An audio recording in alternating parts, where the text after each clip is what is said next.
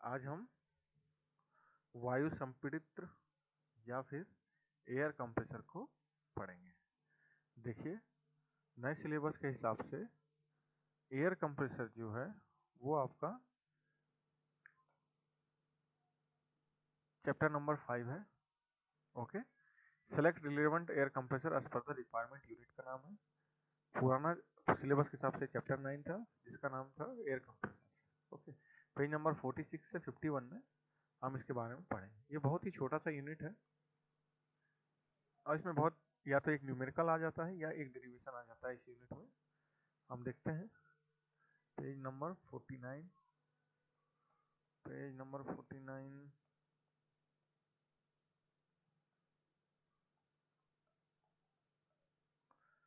Twenty eight.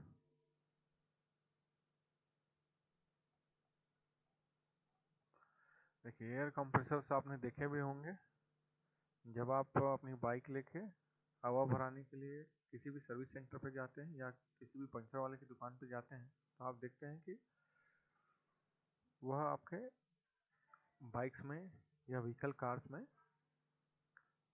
हवा जिस machine के थ्रू भरते हैं उस एयर को हम बोलते हैं कंप्रेस्ड एयर, और इसे भरने के लिए जिस इक्विपमेंट को वो यूज करते हैं उसे बोलते हैं एयर कंप्रेसर। ओके, तो इन एयर कंप्रेसर के थ्रू आप अपने बाइक्स में या कार्स में भी हवा भरवाते हैं। तो ये तो हो गया पहला एकदम जनरल एग्जांपल जो आपने खुद यूज किया। ओके, हिंदी में से कहते हैं वायु संपीड़न, जो क्या करे एयर को कंप्रेस कर दे, बहुत ही कम एरिया में सिमट दे। ओके, देखते हैं introduction. An air compressor is a machine used to compress the air and to raise the pressure. वायु संपीड़ित्र वह मशीन है जिसके द्वारा हम गैस या वायु का आयतन कम करके उसके दाब को बढ़ा लेते हैं। ओके, दाब बढ़ जाता है कैसे? आयतन कम करने से। एयर कंप्रेसर को किसी भी प्राइम मूवर जैसे कि इलेक्ट्रिसिटी आदि के द्वारा वर्क इनपुट पहले देना पड़ता है हमें, ठीक है, तभी वो एयर कंप्रेसर चलता है। एयर कंप्रेसर के इंडस्ट्रियल यूज क्या है वो मैं आज आपको बताता हूँ। देखिए, फॉर नंबर 1 है for cleaning of machine equipment. Machine equipments को क्लियर करने के लिए तेज एयर कंप्रेस एयर छोड़ा जाता है जिससे मशीन एरिया क्लीन हो जाते हैं। डीजल इंजन को स्टार्ट करने के लिए हमें एयर कंप्रेसर कंप्रेस एयर का जरूरत पड़ता है। ओके, पेंटिंग स्प्रे पेंटिंग में भी एयर कंप्रेसर यूज होता है, घरों में जो स्प्रे पेंटिंग यूज होता है। इसके अलावा रेफ्रिजरेशन और एयर कंडीशनिंग डिवाइस में भी कंप्रेसर यूज होते हैं, एयर कंप्रेसर। कंबसन पर्पस के लिए फर्नेस बॉयलर्स में भी यूज होते हैं। इन्फ्लेशन ऑफ टायर, टायरों में हवा भरने के लिए भी इसे यूज किया जाता है। For applying brakes in train और व्हीकल्स, ट्रेन और व्हीकल में भी ब्रेक लगाने के लिए भी इसे यूज करते हैं। क्रेन लिफ्ट ड्रिल में भी आदि में भी प्रेशर क्रिएट करने के लिए एयर कंप्रेसर को हम यूज करते हैं। अब हम देखते हैं क्लासिफिकेशन ऑफ कंप्रेसर के क्लासिफिकेशन क्या क्या है। नंबर 1 है अकॉर्डिंग टू वर्किंग, कार्य विधि के अनुसार। A reciprocating compressor, B rotary compressor. Reciprocating मतलब प्रत्यागामी, रोटरी मतलब घूर्णी। रोटरी का मतलब तो आप समझ सकते हैं, जो चीज रोटेशन करती है, गोल गोल घूमती है, उसे हम कहते हैं रोटरी या घूर्णी। और प्रत्यागामी रेसिप्रोकेटिंग का मतलब होता है सिलेंडर के अंदर पिस्टन का मूवमेंट, पिस्टन जो स्लाइड होता है, एक बार आगे जाता है एक बार पीछे आता है, इसे बोलते हैं हम रेसिप्रोकेटिंग मूवमेंट। या फिर जैसे झूले का मूवमेंट होता है या पेंडुलम का मूवमेंट होता है। पेंडुलम कैसे करता है, एक बार इधर जाता है एक बार इधर जाता है, इसे इसे ही बोलते हैं हम रेसिप्रोकेटिंग मोशन। लीनियर, सीधा जाना सीधा वापस आना, that is called reciprocating. Rotary मतलब 360 डिग्री रोटेशन जो बन रहा है। ओके, अब हम आते हैं अकॉर्डिंग टू एक्शन, क्रिया के आधार पर। क्रिया के आधार पर अगर हम देखें तो सिंगल एक्टिंग कंप्रेसर है और डबल एक्टिंग कंप्रेसर है। ठीक है, सिंगल एक्टिंग मतलब पिस्टन के एक साइड पे ही एयर कंप्रेस करेगा। डबल एक्टिंग का मतलब है पिस्टन के दोनों तरफ ये कंप्रेस करेगा। ठीक है, हम डिटेल में पढ़ेंगे आगे। अभी आप इतना जानिए कि एक्टिंग के आधार पर अपन देखें तो सिंगल एक्टिंग और डबल एक्टिंग दो तरह के कंप्रेसर हमें मिलते हैं। नंबर 3 है according to number of stages, पदों की संख्या के आधार पर। Single stage compressor, multi stage compressor, मतलब सिर्फ एक ही स्टेज में जहाँ कंप्रेशन हो रहा है तो सिंगल स्टेज कहा जाता है। और कहीं पर जैसे एक बार कंप्रेस किया गया फिर उस एयर को दूसरे सिलेंडर में ले गया गया, वहां पे फिर से उसे कंप्रेस किया गया और फिर उसे कहीं और किसी तीसरे सिलेंडर में जाके फिर से कंप्रेस किया गया। जब एक से ज्यादा सिलेंडरों में कंप्रेस किया जाता है तो उसे हम मल्टी स्टेज कंप्रेसर कहते हैं। तो इस तरह से एक से ज्यादा स्टेज में जब कंप्रेशन होता है तो हम उसे मल्टी स्टेज कंप्रेशन कहते हैं, और जब सिर्फ एक ही स्टेज में कंप्रेशन होता है तो हम उसे सिंगल स्टेज कंप्रेशन कहते हैं। अब हम सबसे पहले पढ़ते हैं रेसिप्रोकेटिंग कंप्रेसर। देखिए, रेसिप्रोकेटिंग कंप्रेशन में एयर का कंप्रेशन पिस्टन की रेसिप्रोकेटिंग मूवमेंट से प्राप्त होता है। ठीक है, जब सिलेंडर में, ये सिलेंडर है, इसमें पिस्टन जो है वो जब रेसिप्रोकेटिंग मोशन करता है, स्लाइड करता है, फिसलता है सिलेंडर के अंदर, तो उसके द्वारा जब इसमें एयर जैसे भरा हुआ है, ये जब इसको कंप्रेस करता है तो इसके रेसिप्रोकेटिंग मोशन से जब हमें कंप्रेस्ड एयर मिलता है तो उसको हम बोलते हैं रेसिप्रोकेटिंग कंप्रेसर। जब रेसिप्रोकेटिंग मोशन के थ्रू मिले, रेसिप्रोकेटिंग का मतलब क्या है? रेसिप्रोकेटिंग का मतलब है कि इस पिस्टन का एक बार ऊपर जाना, इस पिस्टन का एक बार ऊपर जाना, उसके बाद इस पिस्टन का वापस यहाँ आना, आगे जाना, पीछे आना, इस मोशन को कहते हैं हम रेसिप्रोकेटिंग मोशन। जब इस तरह के मोशन के द्वारा हमें एयर कंप्रेशन होता है तो उसे हम कहते हैं रेसिप्रोकेटिंग कंप्रेसर। इस कंप्रेसर के द्वारा हम लो क्वांटिटी एयर को हाई प्रेशर में कंप्रेस कर सकते हैं। ओके,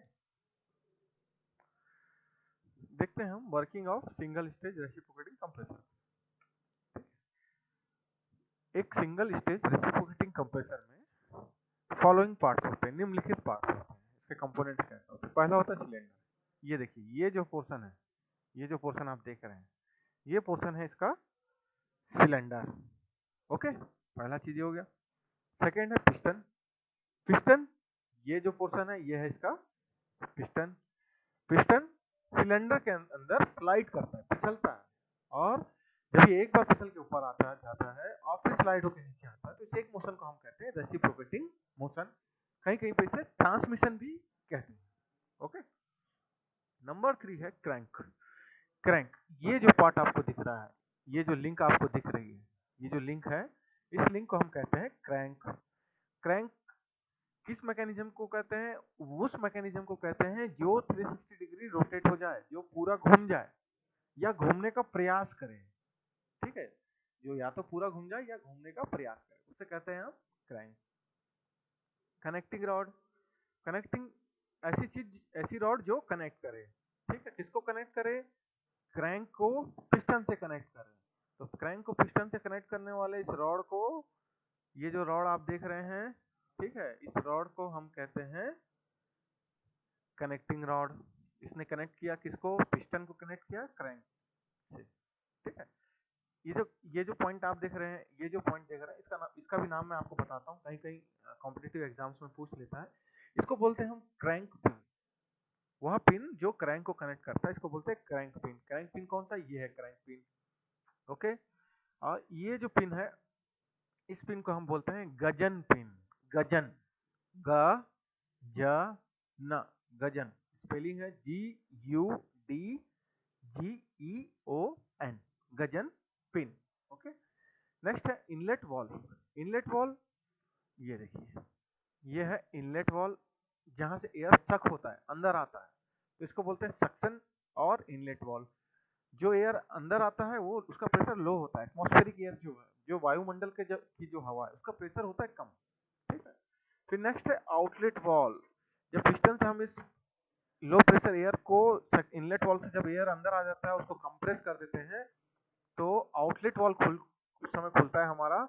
और इस आउटलेट वॉल्व को आउटलेट वॉल्व भी कह सकते हैं, डिलीवरी वॉल्व भी कह सकते हैं। ठीक है, सक्शन इनलेट वॉल्व, क्योंकि यहाँ सक्शन का प्रोसेस हो रहा है, इसलिए सक्शन वॉल्व कहा गया।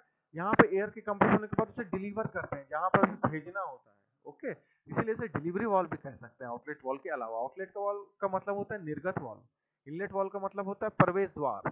प्रवेश द्वार, निर्गत द्वार, निकासी द्वार। ओके, तो हाई प्रेशर एयर जो है कंप्रेशन होने के बाद इस डिलीवरी वॉल्व से बाहर चले जाता है। तो ये हो गया आपका आउटलेट वॉल्व। ठीक है, पिस्टन का मूवमेंट ये जो है, ये ऊपर जाना, नीचे आना, इसे कहा गया रेसिप्रोकेटिंग मूवमेंट। ओके, तो ये सिंपल सा इसका डायग्राम है, और 5 नंबर में क्वेश्चन पूछ लेता है कि रेसिप्रोकेटिंग एयर कंप्रेसर को बताइए। अब हम समझते हैं इसकी क्रियाविधि को, इसकी वर्किंग को। इस कंप्रेसर में जब पिस्टन TDC से BDC की तरफ मूव करता है, तब इनलेट वॉल्व खुल जाता है। इसका मतलब है जब पिस्टन TDC में होता है, कहां पर होता है? यहाँ पर होता है, TDC में होता है। और TDC से जब ये इसका मैक्सिमम मूवमेंट कहां तक है, मान लेते हैं यहाँ तक है, BDC तक जब मूव करता है, तो ऊपर से नीचे तक आता है, तो यहाँ अंदर वैक्यूम क्रिएट होता है। उस वैक्यूम क्रिएशन के कारण क्या होता है, ये इनलेट वॉल्व जो है वो नीचे की तरफ खुल जाता है। ये सिंगल रिटर्न वॉल है, एक ही जगह खुलेगा, एक ही तरफ खुलेगा, ये ऊपर की तरफ नहीं खुलेगा। ये सिर्फ और सिर्फ देखिए इसका डिजाइन कैसा है, ये सिर्फ और सिर्फ नीचे की तरफ खुलेगा। ओके, तो ये वॉल खुल जाता है। इस वॉल के खुलने के कारण जो हमारी एटमॉस्फेरिक एयर होती है, जो हवा होती है, वो अपने आप इस सिलेंडर में भर जाती है। जैसे कि हम इंजेक्शन यूज करते हैं, इंजेक्शन को जब पानी में डुबा के हम ऊपर की तरफ खींचते हैं, टीडीसी से बीडीसी की तरफ खींचते हैं, तो हमारा लिक्विड अपने आप सक हो जाता है ना। तो सेम प्रोसेस यहाँ पर भी हुआ है। अब उसके बाद हम आगे देखते हैं। तथा सिलेंडर के अंदर का प्रेशर एटमॉस्फेरिक प्रेशर से कम होने के कारण वायुमंडलीय एयर सिलेंडर में प्रवेश कर जाती है। इसका कारण क्या है? क्योंकि यहाँ के वैक्यूम क्रिएट होता है। वैक्यूम का मतलब होता है कि कम pressure, low pressure, minus pressure, और एयर का जो बाहर वायुमंडल का प्रेशर जो होता है वो ज्यादा होता है। तो कोई भी चीज हाई प्रेशर से लो प्रेशर की तरफ मूव करती है। तो यहाँ पे वायुमंडलीय हवा जो है वो हाई प्रेशर से लो प्रेशर की तरफ मूव कर जाती है। ओके,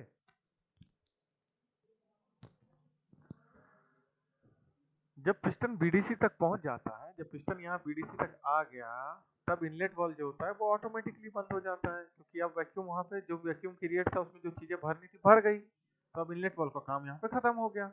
ओके, तथा जब पिस्टन टीडीसी पर पहुंचता है, हाँ उसके बाद देखते हैं, जब पिस्टन यहाँ पर जब पिस्टन बीडीसी से वापस टीडीसी की तरफ मूव करता है तो एयर का कंप्रेशन स्टार्ट हो जाता है। और जब पिस्टन टीडीसी पर पहुंच जाता है तब एयर का प्रेशर हाई हो जाने के कारण डिलीवरी वाल्व हाई प्रेशर के कारण ओपन हो जाते हैं, तथा कंप्रेस्ड एयर को एयर वेसल या कंटेनर में कलेक्ट कर लिया जाता है। इसके पश्चात पिस्टन दोबारा टीडीसी से बीडीसी की तरफ मूव करता है तथा एयर सिलेंडर में प्रवेश करता है। इसी तरह एक चक्र पूरा होता है। ये देखिए, सबसे पहले क्या हुआ, ये पिस्टन जो था हमारा वो यहाँ टीडीसी में था, टीडीसी से ये मूव किया बीडीसी की तरफ। जब ये टीडीसी से बीडीसी की तरफ मूव किया तो अंदर वैक्यूम क्रिएट हुआ। वैक्यूम क्रिएट होने के कारण इनलेट वाल्व जो है वो ओपन हुआ और हाई प्रेशर एयर जो है बाहर का वो लो प्रेशर एरिया में भर गया। उसके बाद ये क्रैंक घूमते जा रहा है, पिस्टन भी ऊपर नीचे होते जा रहा है। तो फिर पिस्टन क्या किया, फिर पिस्टन टीडीसी से बीडीसी से बॉटम डेड सेंटर से फिर वापस टीडीसी की तरफ मूव किया, नीचे से ऊपर की तरफ मूव किया। तो उस समय जो एयर भरा हुआ है, अब ये वॉल्व तो नहीं खुल सकता है।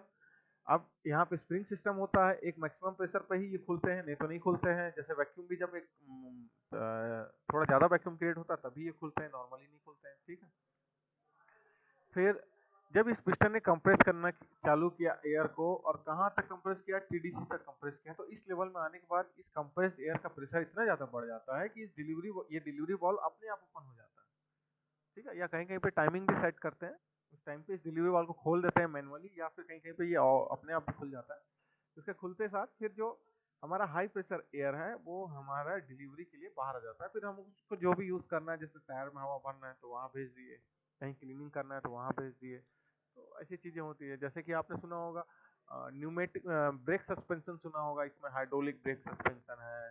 ठीक है, हाइड्रोलिक ब्रेक सस्पेंशन में क्या होता है, फ्लूइड जो होता है, लिक्विड जो होता है, उसको क्या करते हैं, उसको कंप्रेस करते हैं, तो उसके कारण जो प्रेशर होता है वो काम आता है। आपने सुना होगा कुछ बसेस में न्यूमेटिक एयर सस्पेंशन होता है। न्यूमेटिक सस्पेंशन मतलब वहां पे एयर को अपन कंप्रेस करके सस्पेंशन सिस्टम क्रिएट करते हैं।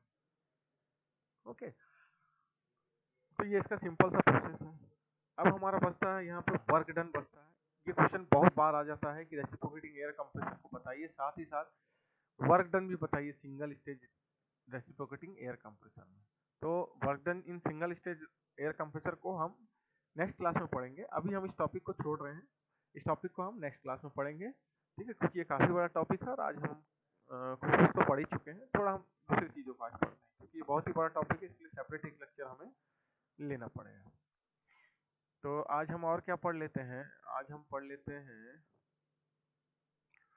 आज हम पढ़ते हैं second stage multi stage air compressor. ठीक है, या टू स्टेज या फिर मल्टी स्टेज एयर कंप्रेसर देखते हैं। देखिए, इसके डायग्राम को अगर आप समझ लेते हैं तो इसका जो वर्किंग है उसको आप इजीली हैंडल कर पाएंगे। देखते हैं, है ना। ये देखिए, ये इसका शाफ्ट है, शाफ्ट का पैटर्न देख लीजिए। ठीक, ये शाफ्ट का पैटर्न है, और ये शाफ्ट क्या होगा, गोल गोल घूमेगा। इस शाफ्ट के गोल गोल घूमने के कारण पिस्टन जो होगा वो स्लाइड होगा ऊपर या नीचे। ठीक है, अब देखिए, ये पहला कनेक्शन जो है इस शाफ्ट के थ्रू पहले सिलेंडर में है, ठीक है। इस पहले सिलेंडर में क्या होता है, ये एक स्टेज हो गया, ठीक है। देखते हैं, जब पिस्टन टीडीसी से बीडीसी की तरफ मूव किया, ऊपर से नीचे की तरफ आया, तो वैक्यूम क्रिएट हुआ, एटमॉस्फेरिक एयर अंदर आ गया। एटमॉस्फेरिक एयर अंदर आ जाने के बाद फिर ये पिस्टन जब बीडीसी से टीडीसी की तरफ मूव किया, तो इसमें कंप्रेशन हुआ। कंप्रेशन होने से एयर जो हुआ वो कंप्रेस हो गया। फिर कंप्रेस्ड एयर जो है उसको हमने भेजा अगले सिलेंडर में, ठीक है। इसको बोला हमने लो प्रेशर सिलेंडर, या इसमें जो पिस्टन यूज हो रहा है उसको बोले लो प्रेशर पिस्टन, क्योंकि इसने जो भी क्रिएट किया अब उसको और ज्यादा हम कंप्रेस करेंगे, इसलिए इसको बोल रहे हैं हम हाई प्रेशर पिस्टन, या इसको बोलेंगे हम हाई प्रेशर सिलेंडर, ठीक है। इस सिलेंडर को जो डिजाइन रहता है वो हाई प्रेशर के लिए किया जाता है। इस सिलेंडर को जो डिजाइन किया जाता है वो लो प्रेशर के लिए किया जाता है, क्योंकि इसमें सिंगल स्टेज में एक बार जो कंप्रेशन होगा, डबल स्टेज में उससे ज्यादा ही होगा, ओके। बीच में हमने लगा दिया इंटरकूलर। इंटरकूलर का मतलब होता है, इंटर का मतलब होता है बीच में, और कूलर का मतलब हो तो आप जानते ही हैं, गर्मियों में आप कूलर यूज करते हैं, जो कूल करने के काम आए उसे हम कूलर कहते हैं। तो यहाँ पे कूलिंग के लिए अपन क्या करते हैं, वाटर भेजते हैं, ठंडा एयर, कूलिंग वाटर, या फिर या वाटर भेज देते हैं, या कहीं कहीं पे आइस वाटर भी भेज देते हैं, ठंडा एयर भी भेज देते हैं। तो ये क्या करता है, ठंडा एयर इस एरिया के एयर का जो हवा है, टेम्परेचर, जो हवा का जो टेम्परेचर है, एयर का जो टेम्परेचर है, उसको ये सक कर लेता है, जिससे हमारा एयर का टेम्परेचर कम हो जाता है, ठीक है। क्यों? क्योंकि बहुत ज्यादा हाई टेम्परेचर अगर एयर होगा, क्योंकि पहले ही यहाँ टेम्परेचर हाई होगा, यहाँ और ज्यादा हाई हो जाएगा, तो इतना हाई टेम्परेचर एयर को हम कहीं पे भी यूज करेंगे तो तुरंत आग लग सकता है, तुरंत एक चिंगारी में भी आग लग सकती है। तो उस चीज को, उस एक्सीडेंट से बचने के लिए हम इंटरकूलर लगा देते हैं। इस इंटरकूलर में जो कूलिंग वाटर जो जा रहा है, ये कूलिंग वाटर ट्यूब्स के थ्रू प्रसारित करते हैं हम। ये कूलिंग वाटर क्या करता है, इस कंप्रेस्ड एयर का टेम्परेचर को सक कर लेता है, कम कर देता है। फिर ये कम टेम्परेचर वाला कंप्रेस्ड एयर आ जाता है हाई प्रेशर सिलेंडर में, और फिर हाई प्रेशर सिलेंडर में सेम प्रोसेस, फिर से इसे कंप्रेस करते हैं, और कंप्रेस करने से फिर हाई प्रेशर जो एयर है वो हमको प्राप्त होता है, जिसका टेम्परेचर वही लगभग होता है जो हमको यहाँ से लो प्रेशर से मिलता है। तो इस तरह हम टेम्परेचर को भी मेंटेन कर लेते हैं इंटरकूलर के थ्रू, और प्रेशर को भी बढ़ा लेते हैं स्टेजेस के थ्रू। अगर हमने इसमें 3 सिलेंडर लगा दिए तो ये 3 स्टेज एयर कंप्रेसर बन जाएगा। अगर हमने इसमें 4 सिलेंडर लगा दिए तो ये 4 स्टेज सिलेंडर बन जाएगा, ठीक है। एक से ज्यादा सिलेंडर अगर होने पर हम उसको मल्टी स्टेज बोलते हैं, ठीक है। अगर एक ही सिलेंडर है तो सिंगल स्टेज एयर कंप्रेसर या एयर कंप्रेसर बोलेंगे, एक से ज्यादा सिलेंडर होने पर उसे मल्टी स्टेज कंप्रेसर बोलेंगे, ओके। तो ये उसी के बारे में पूरा डिटेल है, जिसको आप पढ़ लेंगे, जो मैंने अभी आपको बताया है, ठीक है। अब ये कंप्रेशन का एक डायग्राम है, इंडिकेटर डायग्राम है, जो मैं आपको समझा देता हूँ। ये पूरा जो डायग्राम है A1 2 3 4 BA द्वारा बना हुआ है, A1 2 3 4 B के द्वारा बना हुआ है। देखिए, देखते हैं, फर्स्ट स्टेज पे जो कंप्रेशन हो रहा है वो पीवी डायग्राम में 1 2 3 C द्वारा प्रदर्शित है, मतलब A1 2 3 C ये फर्स्ट स्टेज का कंप्रेशन है। तो देखते हैं, A से 1 में जो हुआ है, ये सबसे पहले प्रेशर कांस्टेंट दिख रहा है आपको, प्रेशर की वैल्यू नहीं बढ़ रही है, जो P1 यहाँ पर है, पॉइंट ए पे है, पॉइंट 1 पे भी वही P1 है। इसका मतलब है यहाँ पे एयर का क्या हो रहा है, सक्शन हो रहा है, एयर बस सक हुआ है, प्रेशर उसका कुछ भी चेंज नहीं हुआ। जो प्रेशर पॉइंट 1 पे था, ए में था, वही प्रेशर पॉइंट 1 पे भी है, सेम प्रेशर है। ये देखिए, सिंगल लाइन जो है ये P1 है, सारे पॉइंट पे पूरा प्रेशर सेम है, ओके। फिर 1 से 2 में क्या हुआ, इसका कंप्रेशन हो गया, ठीक है। 1 से 2 में जब इसका कंप्रेशन हुआ, तो कंप्रेशन जो है पॉलीट्रॉपिक कंप्रेशन जनरली हम करते हैं, ठीक है। और जब हम इसका वर्किंग पढ़ेंगे, जो टॉपिक मैंने आज छोड़ा है उस टॉपिक पे हम इसको और डिटेल में पढ़ेंगे कि इसका कंप्रेशन कैसे होता है, ओके। पॉइंट नंबर 2 से 3 जो है, पॉइंट नंबर 2 से 3 में ये क्या हुआ, प्रेशर सेम है, ठीक है, प्रेशर इसका क्या हो रहा है, सेम है। तो इसका मतलब है यहाँ पे इंटरकूलिंग हुआ है, प्रेशर सेम है मतलब इंटरकूलिंग हुआ, प्रेशर कुछ भी चेंज नहीं हुआ, सिर्फ और सिर्फ क्या हुआ, टेम्परेचर चेंज हुआ। इसीलिए फर्स्ट स्टेज को हम दिखा रहे हैं A1 2 3 C से। अब यहाँ इंटरकूलिंग होने के बाद सेकंड स्टेज में आपका एयर ट्रांसफर हुआ है, ठीक है। इंटरकूलिंग के पश्चात ये आ गया है आपके सिलेंडर में, पॉइंट नंबर 3 का मतलब है कि ये सेकंड सिलेंडर में आ चुका है। सेकंड सिलेंडर से फिर से इसका कंप्रेशन हुआ है, प्रेशर फिर से इसका बढ़ा हुआ है। प्रेशर देखिए, पॉइंट नंबर 1 से 2 में बढ़ा, मतलब यहाँ एक कंप्रेशन हुआ है। फिर प्रेशर पॉइंट नंबर 3 से 4 में बढ़ा, मतलब यहाँ पे एक बार और कंप्रेशन हुआ। तो ये सेकंड स्टेज कंप्रेशन है। सेकंड स्टेज कंप्रेशन होने के बाद पॉइंट 4 to B में क्या है, डिलीवरी है। डिलीवरी में सेम जो कंप्रेसर प्रेशर है उसी प्रेशर पे इसको डिलीवरी करती है। तो प्रेशर जो था हमारा P1 से P2 बढ़ा फर्स्ट स्टेज में, और फिर P2 से P3 बढ़ा बढ़ा सेकंड स्टेज में। इस तरह से हमने 2 स्टेज में प्रेशर को बढ़ाया। देखिए फर्स्ट स्टेज पे कंप्रेसर A 1 2 3 C द्वारा प्रदर्शित है, जिसे इंटरकूलर द्वारा ठंडा करके पुनः पूर्ववर्ती तापमान T1 के स्तर पर ले आते हैं। ठीक है, यहाँ पे टेम्परेचर डायग्राम नहीं है क्योंकि ये पीवी डायग्राम है, प्रेशर वॉल्यूम डायग्राम है, इसलिए यहाँ टेम्परेचर को हम शो नहीं कर पा रहे हैं। तथा फिर हाई प्रेशर सिलेंडर में कंप्रेस कर देते हैं। तब कंप्रेशन क्या है, A1 2 3 4 BA द्वारा प्रदर्शित होता है। मल्टी स्टेज कंप्रेशन के क्या फायदे हैं? एक तो वर्किंग टेम्परेचर कम होने के कारण लुब्रिकेशन करना इजी होता है। ठीक है, टेम्परेचर कम होता है तो लुब्रिकेशन प्रोसेस जो होता है यहाँ पे इजी हो जाता है, क्योंकि बीच में एक बार हम ठंडा कर लेते हैं। अब जैसे इसको एक ही बार में हम यहाँ से यहाँ तक कंप्रेस कर देते तो बहुत हाई टेम्परेचर मिलता है। अभी हमने क्या किया, एक बार इस स्टेज से कंप्रेशन किया और फिर इसको ठंडा किया, फिर सेकंड स्टेज में भेजा, तो लुब्रिकेशन इजी हो जाता है। वरना लुब्रिकेशन हमको प्रॉब्लम होता है, ज्यादा लुब्रिकेशन ऑयल यूज करना पड़ता है टेम्परेचर के कारण। फिर देखिए हाई प्रेशर सिलेंडर को ही हाई प्रेशर के लिए डिजाइन करते हैं, कैपिटल कॉस्ट कम हो जाता है। अभी एक ही सिलेंडर में सब काम करते तो सिलेंडर को हमको हाई प्रेशर के लिए डिजाइन करना पड़ता है, पर यहाँ पर हम 2 सिलेंडर यूज कर रहे हैं, तो एक को हम लो ग्रेड मटेरियल से भी तैयार कर सकते हैं और दूसरे सिलेंडर को हम हाई ग्रेड मटेरियल से भी तैयार कर सकते हैं। ठीक है, तो कैपिटल कॉस्ट कम होता है। वर्किंग टेम्परेचर कम होने के कारण सिलेंडर मटेरियल की कॉस्टिंग भी कम हो जाती है। अब हमको ऐसा मटेरियल यूज करना है जो कम टेम्परेचर पे काम कर लेता है। ओके, सिलेंडर एवं कंप्लीट कंप्रेसर का वेट कम हो जाता है, तो कंप्लीट कंप्रेसर का वेट भी कम हो जाता है क्योंकि छोटे छोटे कंप्रेसर यूज करते हैं। मल्टी स्टेज के कारण एयर लॉस जो है वो भी कम हो जाता है। एयर लॉस कम होता है 2 स्टेजेस में जब हम करते हैं। ठीक है, अब इंटरकूलर की नेसेसिटी और एडवांटेजेस क्या है ये हम नेक्स्ट क्लासेस में पढ़ेंगे। आज हम इतनी ही चीजों को पढ़ेंगे। ठीक, तो इतना आपने पढ़ लिया है इसमें, फिर हम आगे देखते हैं नेक्स्ट क्लास में क्या पढ़ेंगे। देखिए ये वर्किंग जो है आज हमने जो छोड़ा है, वर्क डन बाय, ये जो वर्किंग है इसमें सारी चीजें पढ़ेंगे हम कल। Work done in single stage reciprocating air compressor, इसको हम नेक्स्ट क्लास में सेपरेटली पढ़ेंगे। ये बहुत इंपॉर्टेंट टॉपिक है, ये 5 नंबर में पूछ लेता है या 10 नंबर में ही सीधा पूछ लेता है कि वर्क डन बताइए single stage reciprocating air compressor का, और इसी के थ्रू ही हमारा न्यूमेरिकल भी बनना है। ओके, तो जो ग्राफ है इस ग्राफ के थ्रू ही हम समझेंगे, तो आप इस ग्राफ को एक बार देख लीजिएगा अच्छे से। आपको जो भी समझ में आता है आप एक बार देख के समझ लीजिएगा इस ग्राफ को। देखिए प्रेशर और वॉल्यूम ग्राफ है और यहाँ टेम्परेचर और एंट्रोपी ग्राफ है।